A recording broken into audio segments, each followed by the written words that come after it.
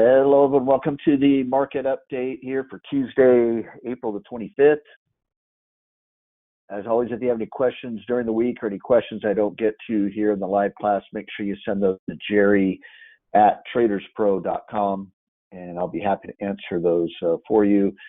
Well, we're finally getting some movement in the market. We've been in that dead area. We talked all last week. It was me complaining about being in kind of a dead market, but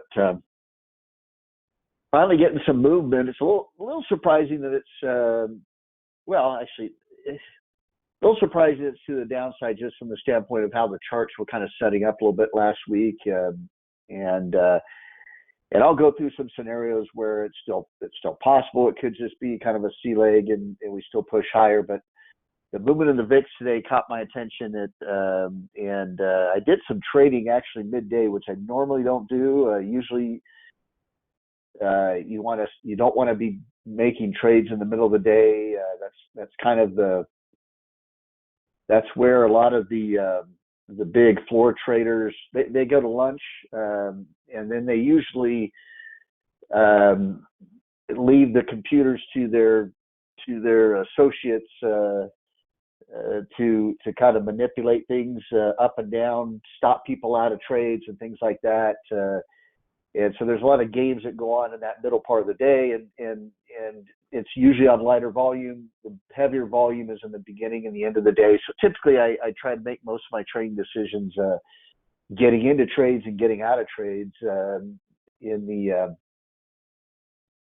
Getting into trades, I usually try to wait till the end of the day, but I'll get out of trades in the early part of the day as well. I usually avoid that middle part, but when I saw the movement, again, we haven't been moving, and that was the distinct difference. Is we've been flat, we haven't been going anywhere, and then suddenly we're making this pretty big push, and the VIX is starting to spike. I thought that was significant. And so I did a few things there in the middle of the day, but let's take a look at kind of what's going on. And as you can see right here with the long-term chart, that we're getting real close to that longer-term signal switching from bear market to bull market. Although remember, I talked about this, that don't be surprised based on, again, the chart analysis and what we've been looking at. If maybe we slide into that bull market setting and then maybe have another downturn back into a bear market if we have another sell-off. But now that may not come, like I said, and this sell-off today may just be temporary. The kind of maybe wake up some of the buyers that were waiting for a pullback, waiting for that stocks to go on sale a little bit. And who knows, maybe it does push higher into that. But we'll keep an eye on that. We're not going to ignore that. It's one of the reasons why I've been focusing on it the last few weeks. As we started to see movement here. That long-term indicator doesn't move very often or move very far very often. So now we have something to talk about as far as that's concerned. The other indicators, momentum has pulled back. It's almost into the hold range here.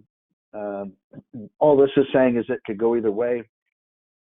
Market could sell off some more from here, rally from here. We're not overbought or oversold. But it's also kind of aligned to back up with Brett, which is also kind of right in the middle there in that trending range. Sentiment is still pretty high. We'll see if that backs off a little bit with the VIX moving up. But again, all the VIX has been doing is just getting up closer to 20, which is already still considered low. So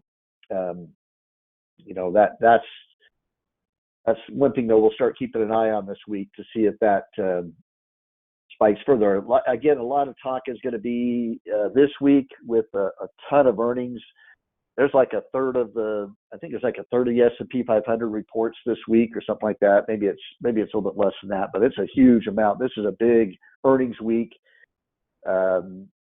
And a lot of people are waiting for Microsoft and Amazon and some of those big ones that report today and tomorrow, and I think maybe even Thursday. There's some that are pretty big.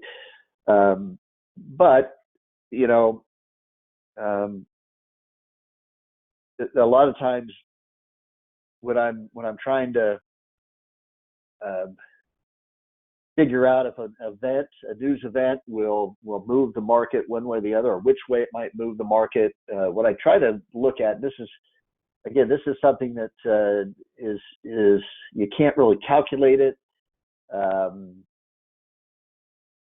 and that's and that may be not part of what your trading system's about. You might want to stick to things that you can calculate, that you can see, like a signal system or something like that, the algorithm or something telling you. But yeah, and I don't base a trade completely on this. I want to make that clear. But I try to gauge, and a lot of the analysis I'm doing right now, going through and looking at the charts, looking at the VIX, is I try to gauge kind of the market mood. Is the market acting like it wants to go up or acting like it wants to go down? Is it confident? Is it scared? Because how it reacts to news can depend on that mood.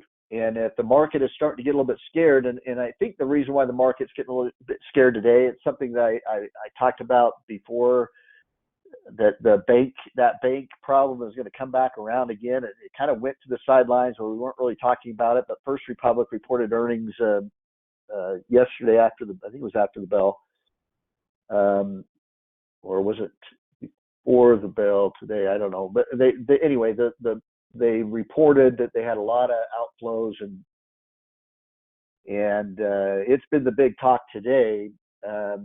And I think that's kind of reignited fears of the financial scare that we had a few weeks ago. It's kind of bringing that back. People are taking a closer look at some of these other regional banks, and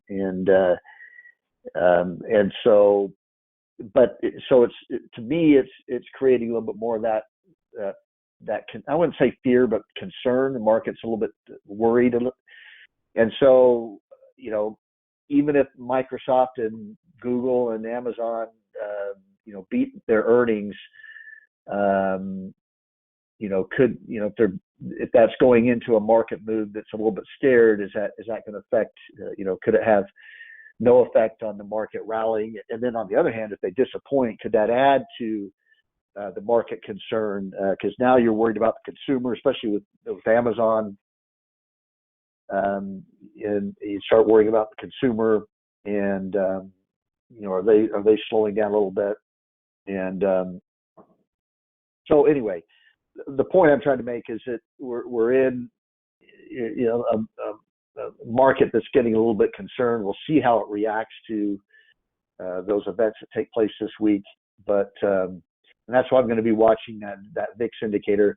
Like I said, the VIX very often doesn't tell you anything, and if you think it's telling you something every single day, it usually isn't. It has been, I think, telling us something a lot more often in the last few weeks, mostly confusing us, which has been part of my frustration.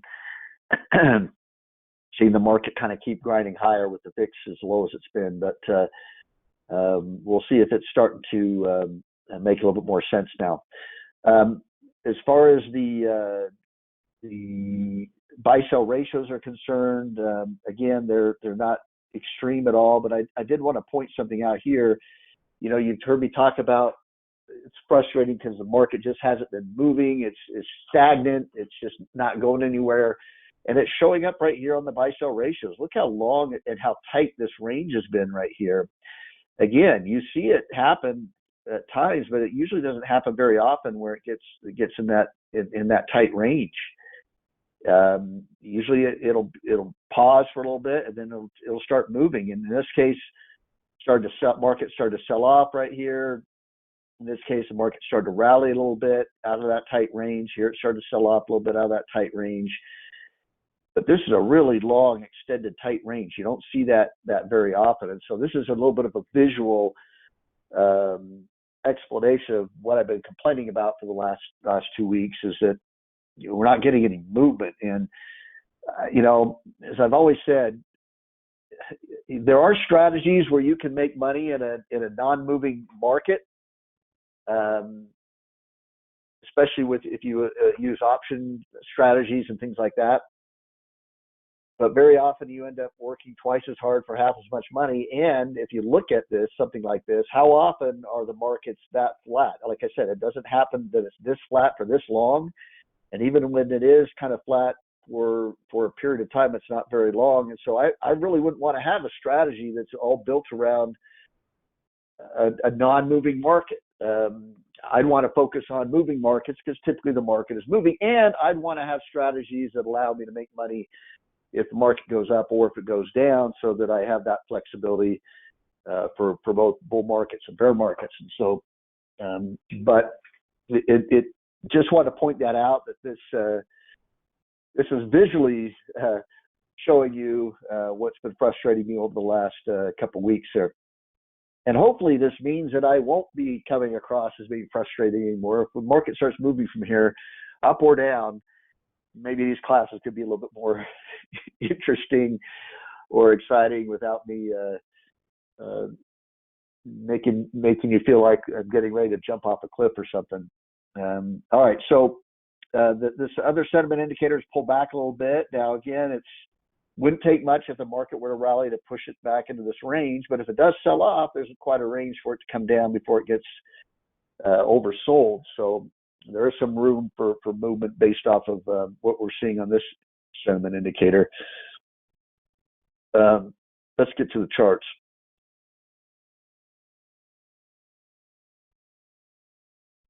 Now, when probably about an hour before I started the class here, the S&P was down today, but it was kind of right in this area right in here.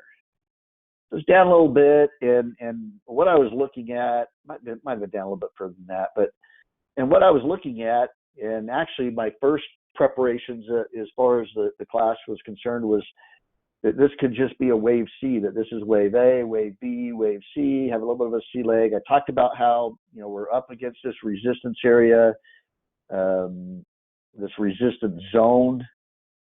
Okay. We've been focused on this resistance zone for a little while. Had this little bearish reversal candle last week at that resistance zone. But then look how things behaved after that. We opened lower, but we ended up closing higher than where we opened. We tried to open lower here, but traded all the way up here, but still managed to close higher than where we opened. That was on Thursday. Friday, we opened up, traded down a little bit, but then came off of the lows. So there's buying that's been going on, whether it's to close it higher than where it opened or coming off the lows of the day there. Yesterday even, we were down a little bit early and then managed to close positive. So the buyers have been coming in, and so it's been fighting the drop. Okay, so it's been kind of clawing its way, trying to fight the drop.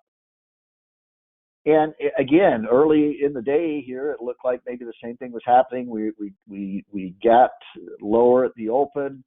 We were trading down in this area here. Again, you're waiting to see, and it could still happen. Maybe buyers come in at the end of the day. That's something I'll be watching. But it felt different. A lot of this happened early in the day where it fought back and came back. And this, you can see, has really started to drop. And we're at the lows of the day right now.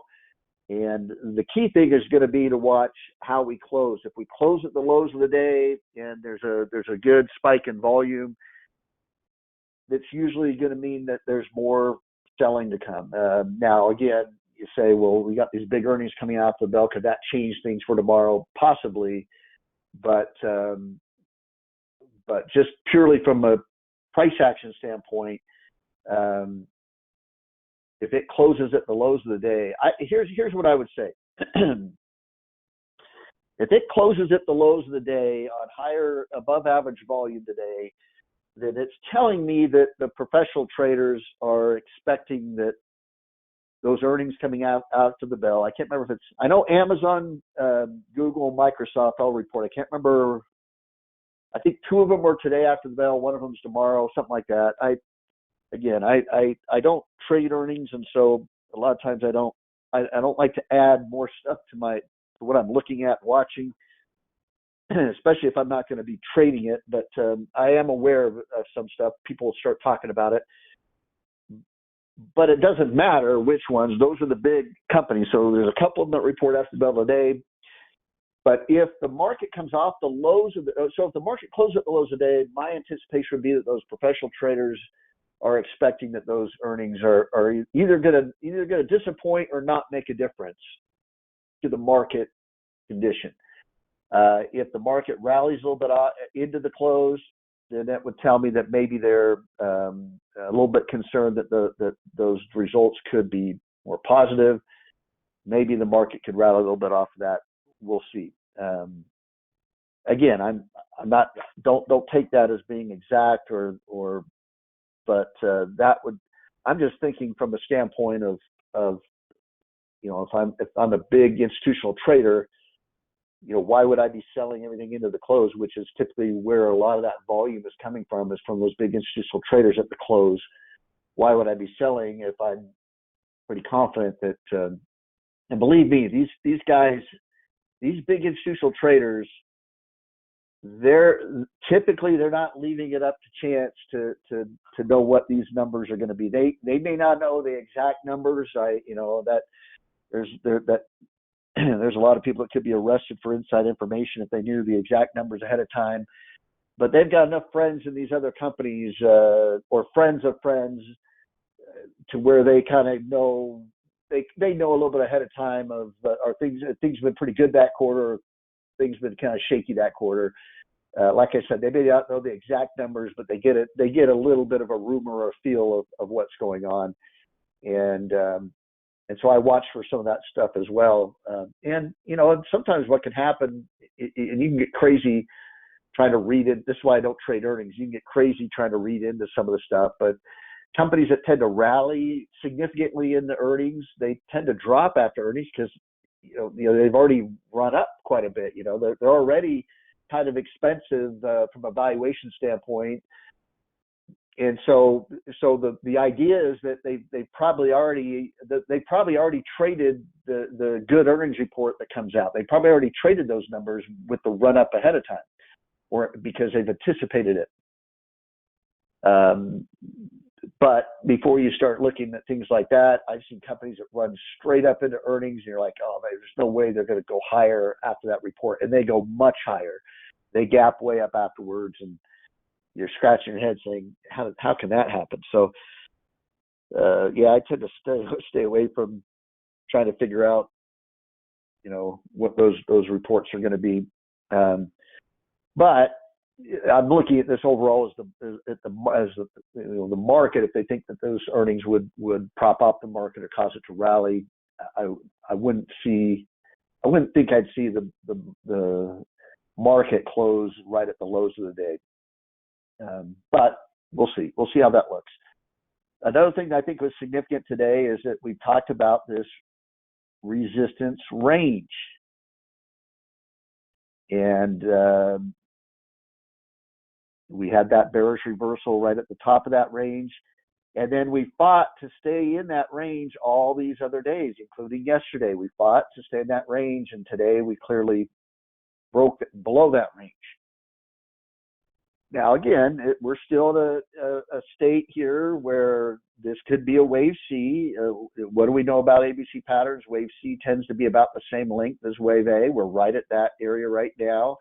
There's a little bit of support from this resistance area over here and over here. This has been a key area that we've been watching, kind of this 405 area, 406 area. If it holds right here and then or comes off the lows of the day going into the close, or rallies up there tomorrow, could it push higher? Absolutely, that's possible. But keep an eye on this area right here. This is a key support area. And usually, a lot of times when you have support areas, this is also a reason why I think the close is important, is whenever you have a key support area like we do, when a stock closes at the lows of the day, higher than above average volume at the support area, typically that support area isn't going to hold. Again, not always, but that's something that I've noticed over the years and observed over the years that very often it's not holding. Usually you'll like to see some buyers come in at the end of the day and just push it up a little bit. If it were to push it up about halfway off of that support area, then I would say there's a much better chance that that maybe the market could rally off of that support area. If it breaks it, though, like I said, it's a pretty significant support area. There's probably a lot further it could drop, and we'll probably start to see that. So that's something to keep an eye on this week. We should know if it broke it by Thursday's class. And so we might have a lot to talk about on Thursday if it breaks below that area there. Now, it's not the only index that we're keeping an eye on as well. The Dow, we were talking about this downtrend line. It's not going to be a real straight line, but we have kind of broken above it a little bit.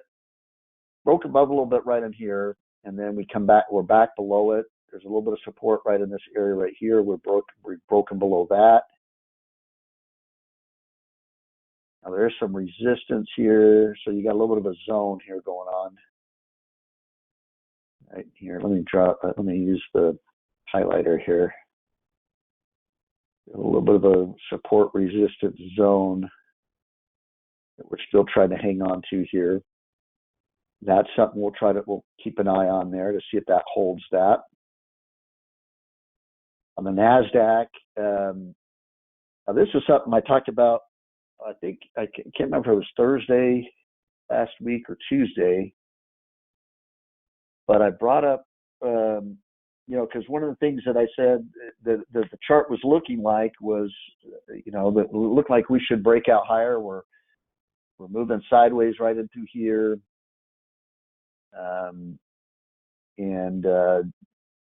This is a breakout area right here. Felt like, whenever you see a stock moving sideways, pay attention to the direction it's moving in before it moves sideways. That's where it's more likely to go after it's done moving sideways. But remember what I said, what I compared that to, though, I said, well, this could be the opposite of what was going on in December. Go back to that SPY chart, where it was the exact opposite. We had dropped, we were moving sideways. It looked like there's a higher probability we were going to go lower, and it came right up like this. We might be seeing the opposite of that here. And I think one of the reasons why I'm turning more bearish as well. And again, notice how when we do these updates, I'm not basing this analysis on one thing. All this stuff is just little clues that we're trying to piece together, and there's no one clue that's going to tell us what's going on. But if we get enough of these little clues that are pointing into a direction or tell us we need to be concerned, then that's the edge we have. We're not going to get exactness. None of this stuff can tell you exactly what's going to happen next, but it can tell you the probabilities of what's going on. And so if we go back to that QQQ chart, what's happening here is we're starting to break below.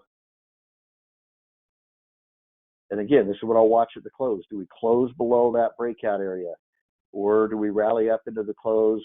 And if we get back up above this trend line right here by the close, okay, then maybe we do still rally off of that.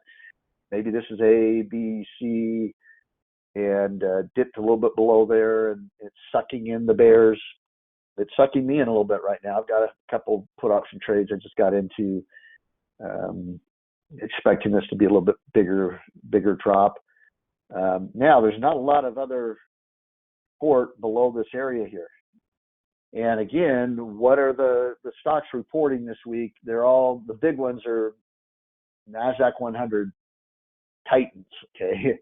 Microsoft, Amazon, Google. You've got Apple next week, but I think that again, why would we close below there?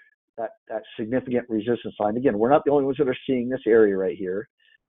Why would we close below that at the lows of the day if people are anticipating that those earnings coming up after the bell are going to bail everything out? And again, maybe it does, but I'd say a bigger thing that I'm concerned about is look at the chip stocks. I'm going to go right to the SMH. I told you this tends to be a leading indicator.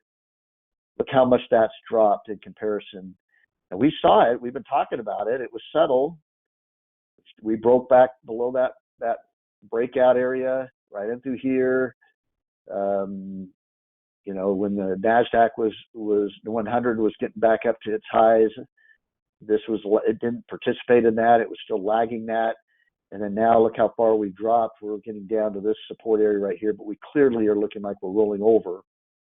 And remember, this tends to be the NASDAQ or the chip stocks tend to be a leading indicator of the NASDAQ 100. So this also means, to me, it means that even if those earnings are great and the NASDAQ does rally tomorrow off of those earnings, it may just be real temporary. It may just be 1 day or 2 day event. We're trying to rally again. Because remember, once the market has the news it's looking for, what it really does is starts looking out ahead for the next thing. What's next, and so if the earnings are not just spectacular, but there again, this is where you get back into the argument. You can make this, you can drive yourself crazy with this stuff, but do you really want? Does the market really want to see, or more specifically, does the Fed want to see strong numbers from Amazon, Google, and Microsoft telling you that the consumer is strong? And no, they want to see weakness. They want to see a slowdown. They want to see a reason to stop hiking rates. And so we're back into this area of good news is bad news, and that's why I'm saying that I don't see where the market can rally significantly, because good news is bad news and bad news is bad news, and we're still a little far away from the point where bad news becomes good news, meaning that the market's dropped far enough where maybe the Fed is spooked about raising anymore, don't want to crash the markets completely, and they start hinting towards maybe rate hikes down the road, or at least stopping really coming out and saying they're stopping the rate hikes. There's no reason right now for them to do it. The market keeps going higher, and inflation, continues to just kind of stay. It's dropped, but the worry now is that it's going to kind of stay in this level, stay in this area right here, if that slowdown doesn't take place. So anyway, this would be a bearish sign. Again, we don't base a trade off of this alone, but you start paying attention to it, and then you look at the Dow Industrials. A little bit of a drop today, but it's been up, and then you compare that with the Dow Transports, which tend to be a leading indicator of the Dow Industrials. We'll look at that move down today. Now, a lot of that was, I think, was that UPS that reported today or something like that? One of the transport stocks reported and really had a big down day. Let me see if it was. Let's look at UPS real quick. I think it was UPS. Yeah, look at that. Just got hammered after their earnings.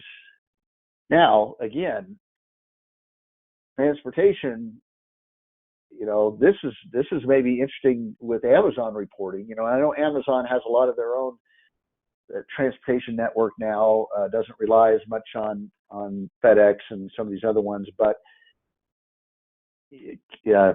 could this be a sign that Amazon might have some problem? We'll see. I don't know. And again, I'm not trying to, I try not to get too caught up in the fundamental arguments, because, I mostly care about what the chart, the price action is telling me. But, there could be some of these little clues. I do try to pay attention to little clues out there that might be telling me where that chart might end up going.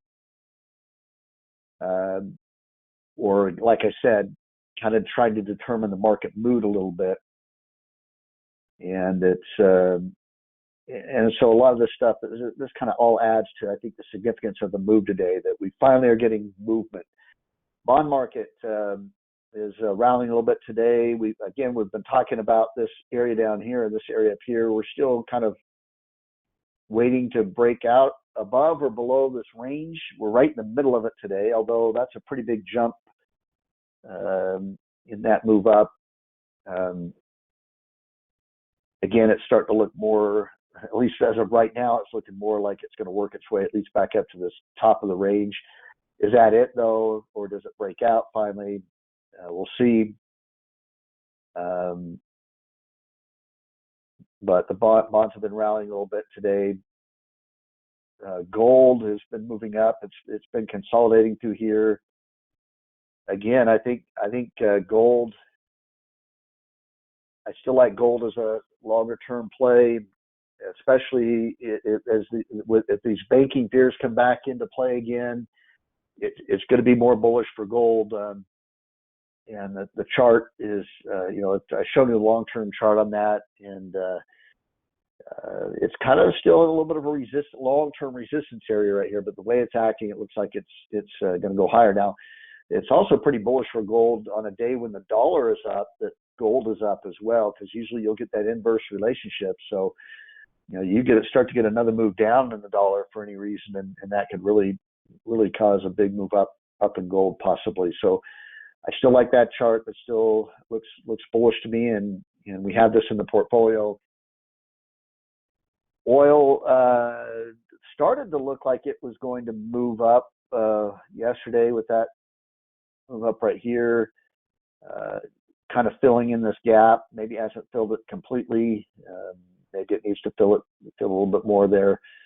Down again today. I think this has a little bit more to do with the rising dollar, though.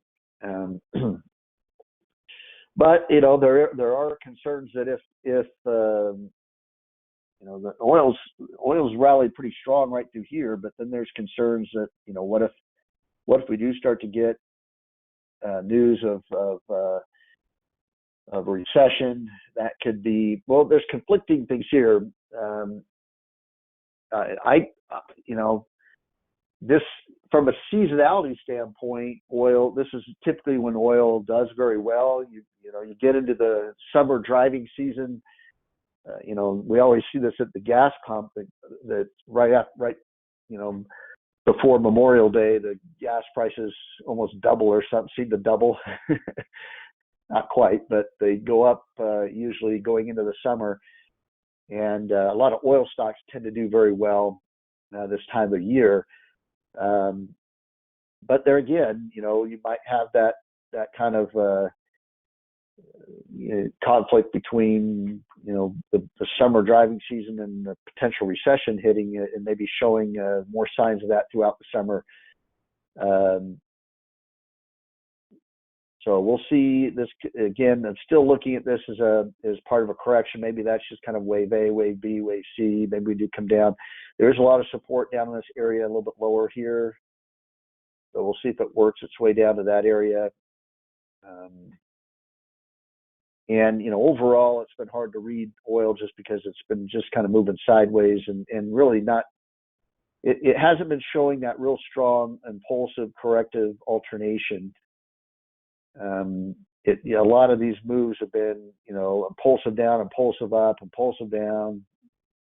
They're not moving this is a little bit more of a stair step through here, but we're not getting a lot of that. It's been up or down, so it's been these smaller impulsive moves, but it's been overall sideways. You look at look at the bigger picture, and it hasn't been going anywhere. And so what I'd like to see, what's easier to read on a chart, is when you get you get a kind of a fractal system where you get these smaller stair steps that are creating larger stair steps, that are creating even larger stair steps. When you get kind of that fractal system, it's easier to read where you're at within the trend, where you're at within the chart. But when you get impulsive up, impulsive down, and then you're just moving sideways, it's well, I guess you can draw your trend lines in and break your, do you break your trend lines? Is that significant, or does that tell you where it's more likely to go? You can do things like that, but I tend to like charts that kind of move in that fractal type system. They're a little bit easier to kind of, well, at least I shouldn't say easier to read. I just usually have a lot more confidence in my analysis when it's behaving that way. It feels a little easier to predict where it's going to go next when it kind of follows that typical approach. And oil really hasn't been doing that lately. The dollar, I told you about how it's rallying a little bit today. Now, we talked about this last week. When we were moving sideways, it looked like it could go higher. And we talked about maybe it's just a C leg higher, and then it rolls over again. It had its drop yesterday. I thought maybe it's just heading lower again. It still could be that this could be A, B, C. So that's about what I'll be watching this week. Is there a continuation to today's rally in the dollar? And is it just a C leg and then we're going to roll over and drop, or does this start moving up into this area here? I would pay attention to this high right through here. You got this high right here, this little high right here. Probably extend that all the way out. A little bit of a support right there where it bounced. But if it breaks above here, you've got two things. You've got now your C leg is starting to become a lot longer in wave A. You're breaking above resistance areas, and maybe you start talking about potentially a trend reversal taking place at that time. But till then, this is probably we're just looking at this as a bounce within the downtrend, and until it shows us otherwise, that's kind of what I'm expecting there. All right, the VIX, and this is what it's backed off a little bit here. See what the SPY's rallied a little bit. So again, we'll watch to see when it does into the close. But that VIX started to really spike up, and now what this does do with the VIX now up around 20 or up near 20. If it does hold that support area that we've looked at on the S&P, and we've talked about how maybe that's just a wave C, then that the VIX might have gone up enough to where maybe the market can rally now and break out of that resistance area. Could have put the VIX down here closer to 15 if it does that. Possibly. I still, to be really confident in bullish trades, I'd love to see the VIX get up around that 23, 24 area, because then I can see a lot more room for it to be able to come down with the market going up, because typically it's going to move in the opposite direction. Plus, it would introduce at least a little bit of concern into the market, where we just haven't had. Again, we were, the market just was showing no concern, and it's a very dangerous condition. And remember what I've been talking about last week, all the last week. I said, when you have that condition, when the VIX is down so low and the market is bumping up against resistances, it could be that it's just waiting for that spark to sell off, and when it does, it could be very sharp. Now, again, we're still early. We're still trying to determine if that's the start of it right now. But with the S&P down over 1% right now, Russell 2000 down 2%. Oh, by the way, did we even look at the Russell? Let me go back. I think we skipped over that, because the Russell is significant.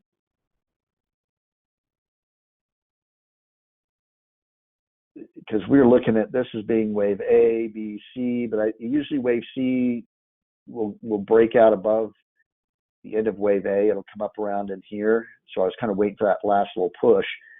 But now with this drop right here, we're about to go below these lows right here. If that happens, then we're going down to this low and probably further. This was probably the bearish ABC, and we're probably heading lower. Now, remember, a lot of this is driven by probably those regional banks. A big portion of those Russell 2000 are those regional banks, but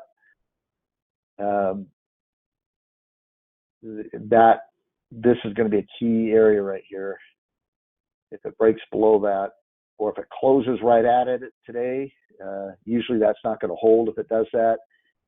So keep an eye on that as well. I was going to point that out. I think I got distracted and skipped over that a little bit, but that was another reason why I'm turning a little bit more bearish, was how far that dropped. Now I could do all this analysis, and this is a thing about, well, with my approach, I focus so much on price action. I love to read those candles. They tell me a lot about what could take place in the near term. Maybe that's not a big part of what you analyze, and that's fine. I don't expect everyone to look at things the same way I do. But I can get done with this whole, and we've done it before, where we get done with the whole hour-long class, and then everything changes in that last hour, and the patterns look completely different, or right at the end of the day. But I have pointed that out today. If we rally off the lows, especially, so if I were to say what would be a significant rally off the lows, I would say if we rally halfway up from where we're at or higher, we were to come up to this area or higher, to take that halfway point of that candle, then that would be, obviously buyers, it's telling you buyers are coming in. They're buying that dip, and it's professional traders because it's the last hour of the trade day. That's typically when they get more active. So that would, now, that could just be telling me that they want to wait and see what those results are after the bell. Just because you get a little bit of buyers coming in at the end of the day doesn't always mean they're there the next day. But that would definitely change my confidence level as far as a continuation of that. But like I said, if we close at the lows, right at the support area, then we're probably heading lower.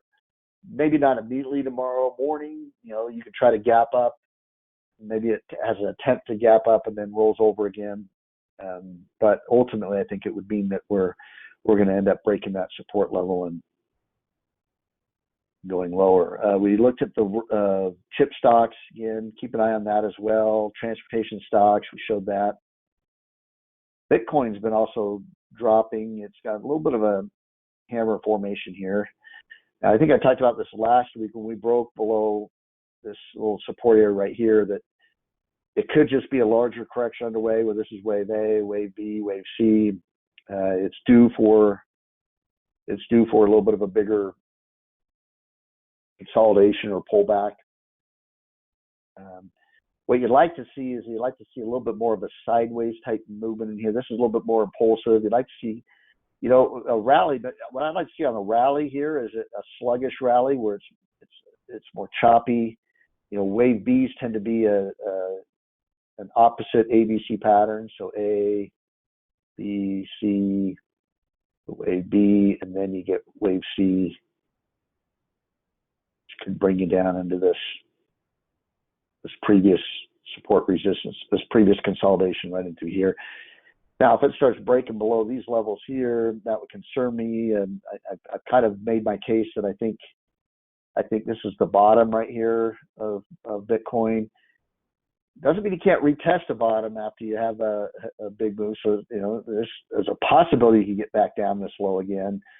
But what would really be bullish for Bitcoin and something to watch is if the stock market takes out those October lows. If it goes below those October lows, particularly in a panic fashion where that VIX spikes up above 40, but Bitcoin doesn't go to a new low, it doesn't go back to, it holds this area here pretty well, that'd be a very bullish sign that it's already bottomed and should start working its way back up from that level there. But I'd hold off a little bit if you're looking to add. See if this ends up being a little bit of a bigger correction here. And then, if it does and looks like it's starting to move back up again, it might be another good entry point.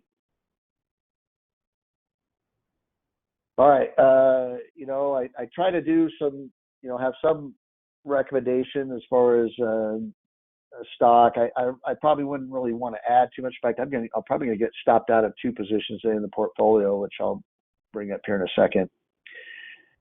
But there are a couple here on the new buys. This ARRY, I think I brought this one up before, but it's,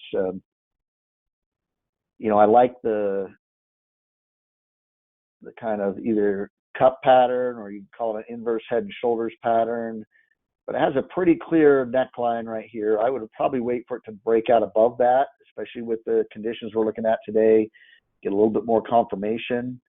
And again, it would probably mean the market is going higher or rallying if it were to get back up above here, and that'd be a good sign in your favor, and a little bit of momentum in your favor if the market's behind that. That's a nice looking pattern there. Like the candle today is a little bit bearish, so that's why, again, I'll probably wait for that confirmation. There's one you could put in a watch list. It's a solar stock, or in the solar sector, energy sector. Another energy sector stock that, again, needs confirmation out of that new buy list was where is it? Hess Corp, 94 strength rank. Again, I like and again, this kind of mirrors the look of oil recently. Had big run up right here. This is one, again, you need confirmation. You probably want to put it in a watch list, because this could be wave A, wave B, and it might be working on a wave C. Maybe brings it down a little bit. And if that gets out of the way and starts moving back up again, that could be a good entry point. So this might be one that I'll bring up later on if we kind of get that. But I wanted to give you something to at least,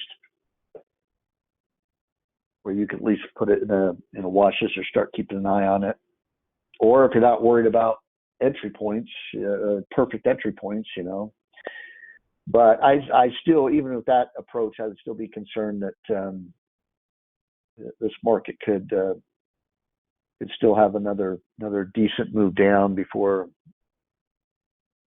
this bear market's over. So wouldn't want to get too aggressive with positions. I told you in the portfolio I was probably going to get stopped out. Lockheed Martin, yeah, we're down below my stop right now. I kind of like to stop out at the end of the day, though. Make sure we close below those levels. FCX, we're currently 38 cents above my stop. So, again, I might wait although the chart's not looking the greatest, that's a pretty impulsive move down. And this might be one that I'll see how it looks. I mean, I may not be at the exact stop loss point, but the way it's looking, I may just go ahead and stop out of it. Lockheed Martin, let me pull that one up here.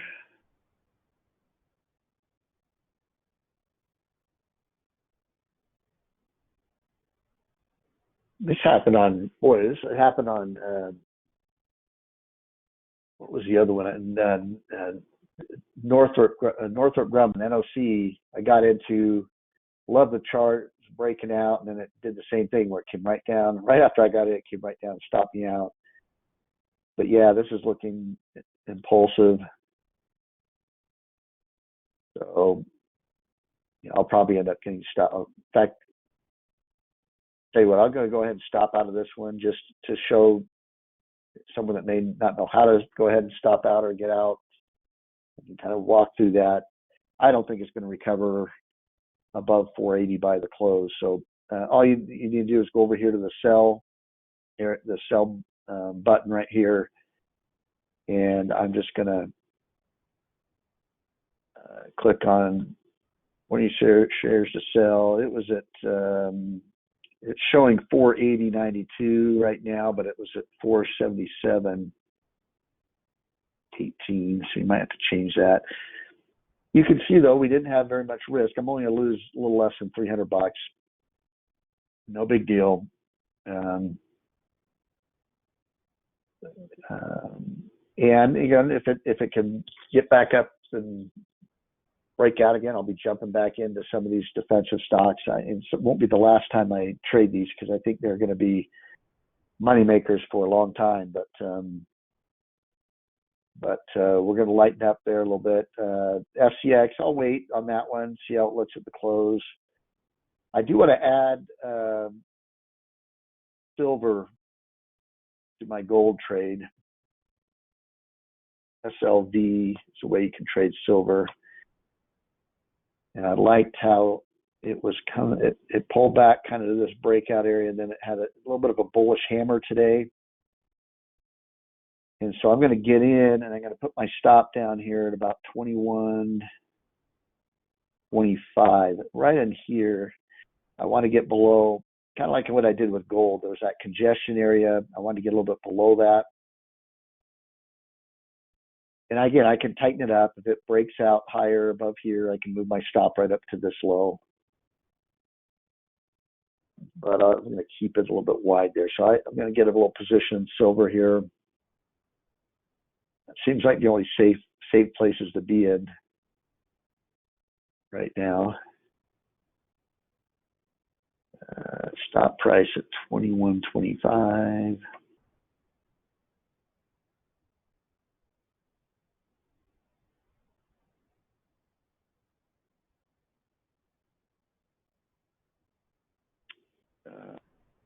See, 2,000 shares. How much is that? Oh, no, that's way too much.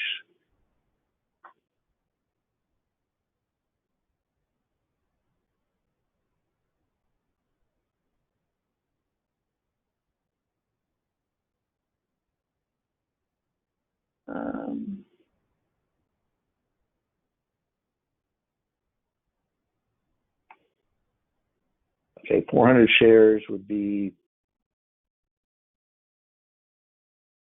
9,000. You want to keep? I try to keep it in that 7 to 10,000 range, and then portfolio risk here. I don't want that more than 1.5%. That's only 0.5%, so perfect. Let's go ahead and purchase.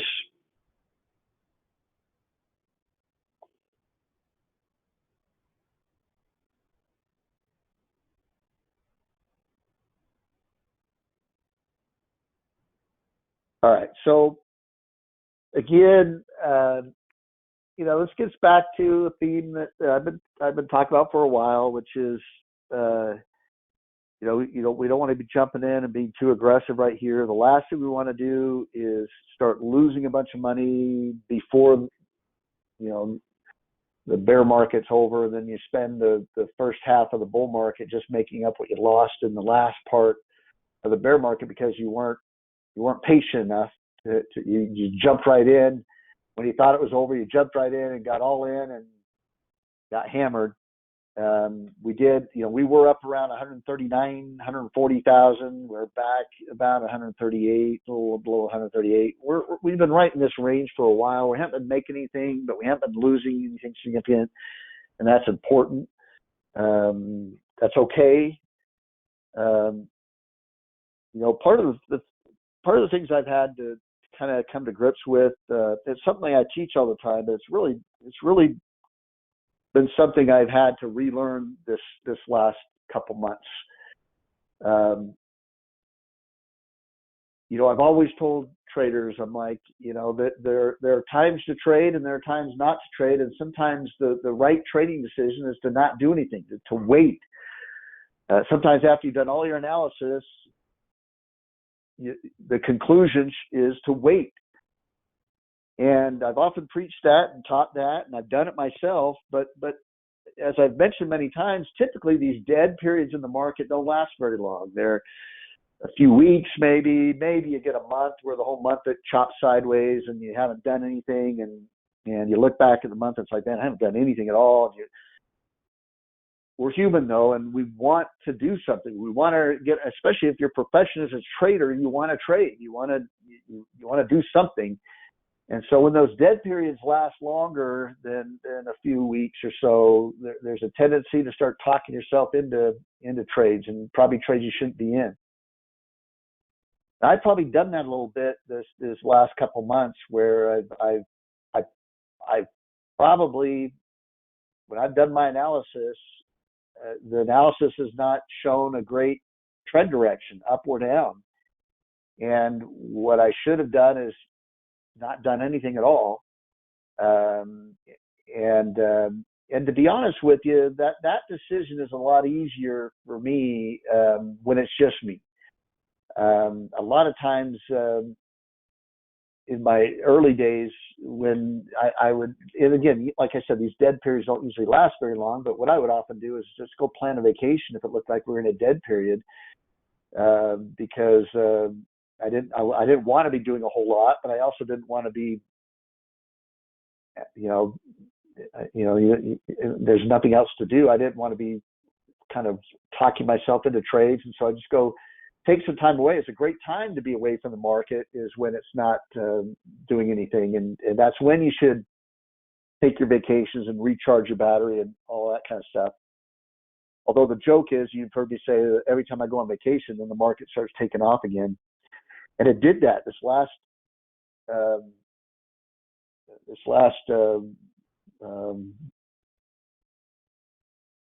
beginning of March. Remember, I went on a vacation, quick vacation, and things started to move in March. It started to take off again.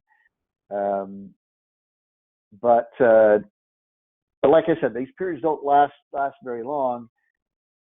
But it's a little bit harder when you've got people that are hiring you to give them trades, to tell them what to do, and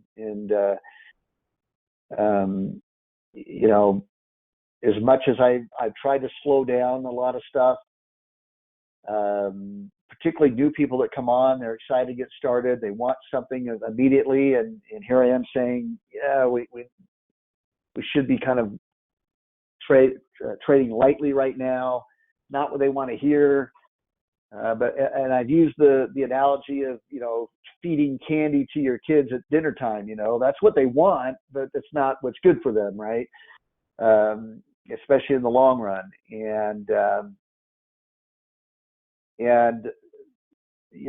what's been frustrating is just trying to balance that, trying to give you something to make you feel like you've gotten your money's worth, but trying to hold you back, not get too crazy in these conditions, where these conditions wipe people out all the time. And it's wiped me out before in my early days of trading. The obsession of wanting, you start losing money in a flat market, and then you start trying to get it back right away. And then you start over trading in a flat market, which is the worst thing you can do. And then you wipe out your account. And so I don't know what's going to happen off of the move today, if it's going to lead to a bigger move down or a bigger move up. I don't care. What's nice about what we're seeing today is we're starting to see movement, and I can trade movement.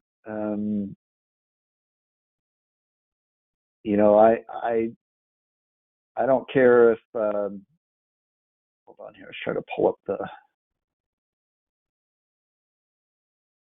SPY here to keep an eye on. See, it's coming back. It's really starting to drop here. But I can trade movement, and if this is just a sea leg, we're going to go higher, then we'll make money on the rally. It probably means that this could jumpstart a rally that could last more than 1 or 2 days, and you can make money on that. So the bottom line, if you've been around the last couple months and you're frustrated, hopefully what I've been able to teach you, maybe not the best way, because like I said, I've been guilty of probably doing more trading than I should in those conditions. But hopefully what you've learned is at least how to slow things down and recognize when you need to slow things down. And you know, yeah, we've lost a little bit of money in this period, but we haven't lost a lot of money. Um, it's been very small. And if you can survive a dead period with small losses, or if you can get a small gain, that's even better. If you get a big gain, that's a miracle. But if you can survive those, then it'll lead you to the next condition that makes you the big money. And we're close. And like I said, whether the market moves up or down, and by Thursday we might be getting into some inverse ETFs to try to make a little money on the market moving down. In fact, maybe let's take a look at that here. Let's see how my typical ones I use. SARK. That's looking like it could rally. Oh, that's SOXS. That's the chip stocks. That might be the one we want to get into. Yeah, in fact, let's do that. Let's add an inverse ETF here. Where's my stop? Be below this range right here. What is that range?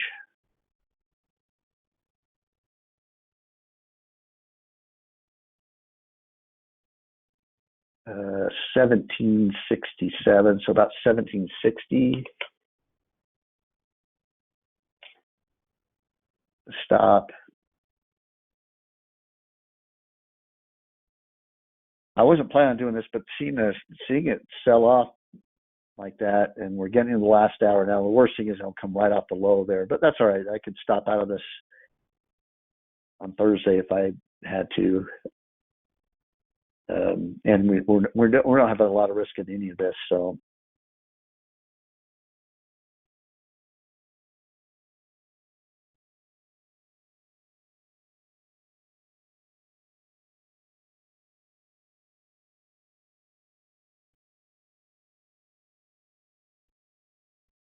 I'm gonna do about 400 shares. Ooh, the portfolio at risk there with the it's still below 1.5. That'd be a $1,700 loss. Maybe I'll drop the shares down just a little bit here. Let's do 300.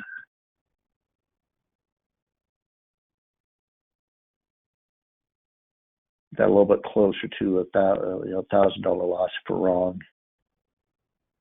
All right, let's go ahead and enter.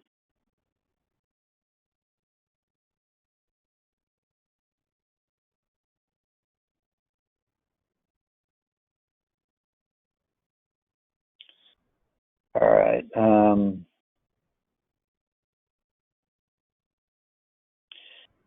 Question: when the direction indicator becomes positive, we probably won't notice any difference for a while. You talking about the long-term indicator, the bull market, bear market indicator? Just a little clarification on that.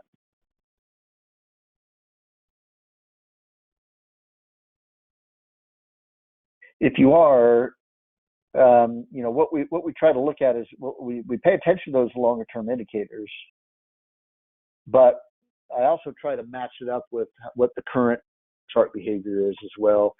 Now this gets back to the talking about, are you using the software just for the signals, or are you wanting to learn how to trade? If you're just using the signals, and when it flips over to a bull market, you would start to add positions, just blindly add, your high strength range stocks. You're in a bull market now. You'd balance it by not getting overly aggressive and putting everything in, but and then if it dipped back into a bear market, you would then reduce your risk exposure. But again, if we did start to sell off again, you'd reduce that risk exposure. Now, we might see those turns ahead of time by the chart behavior, support, resistance, things like that can give us a little bit of an edge. And that's the benefit of learning how to trade, is that you will perform better than just someone that's following a pure signal system. It should be that way, right? I can learn how to fly a plane on a game simulator, okay? but that shouldn't make me an expert from someone that has 10,000 actual flying hours. That's a trained pilot, right? He should be able to be better than me because he's made it his profession, right? It's not a game to him; it's his profession, right? Same thing, you can still, you could probably know what you're doing as a pilot playing a simulator game, right? But that doesn't make you a true professional, and it shouldn't. The experience and the time you're putting in should matter. And I'm assuming if you're in the class that's what you're